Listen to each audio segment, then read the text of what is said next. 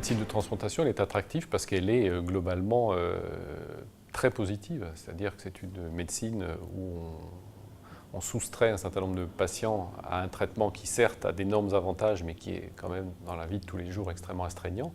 Et donc on leur propose une vie de liberté. On agit vraiment d'une manière un peu différente, c'est-à-dire qu'on éduque le système immunitaire à tolérer les cellules bêta qu'il détruirait autrement. Donc on se rapproche d'une induction de tolérance immunitaire avec ce genre de traitement.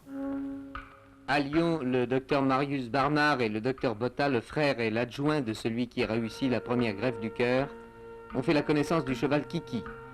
Un cheval qui participe à l'élaboration du sérum anti-lymphocytaire mis au point par les chercheurs lyonnais. En 1966, a été développé le premier sérum anti-lymphocyte français, et un des premiers appliqués chez l'homme.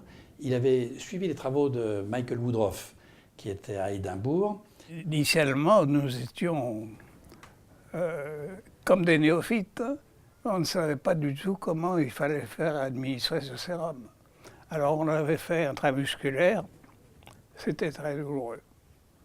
Et les malades le craignaient. Et puis finalement, on s'est aperçu que la voie intraveineuse était la bonne. Chez l'animal, ce qui marche très très bien, c'est le blocage du cosignal. Vous bloquez le cosignal, dès lors vous empêchez la réponse effectrice de se développer, et là ces réponses régulatrices, elles peuvent se mettre en place et prendre le pas, prendre le dessus sur la réponse agressive. C'est pas clair ça, c'est clair chez l'animal. C'est clair chez l'animal. Il est très facile, pas très facile sur le long terme, mais on va dire très facile d'induire la tolérance à un cœur, un rein, des îlots chez l'animal.